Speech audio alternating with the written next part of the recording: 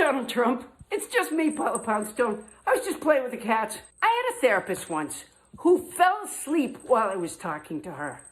I'd seen her for years. I guess my problems just weren't that interesting anymore.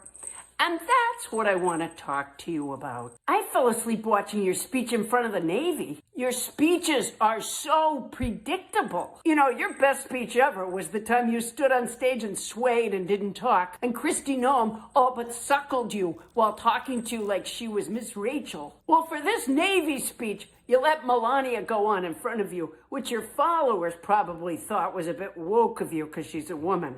But you and I both know it was to make yourself look like a brilliant orator by comparison.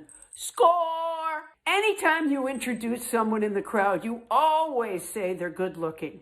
And then you pretend that you're threatened by how good looking they are, and people in the audience always laugh like, isn't that impossible? In this case, you were obviously sucking up, hoping people would forget the suckers and losers line. You said you were jealous of what people in the Navy got to do. I would point out to you that you had at least 5 opportunities to join. And even without joining the Navy, you are the pettiest chief officer of all time. Again, you told the fascinating story about when you met retired Lieutenant General Dan Raisin Kane, and you knew he was the guy you wanted for the chairman of the Joint Chiefs of Staff because his nickname was Raisin Kane.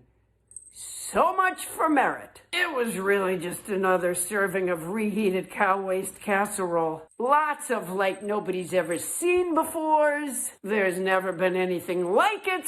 And no one but me knows hows. Honestly, your speeches should come with a snooze alarm and a warning about operating heavy equipment while listening.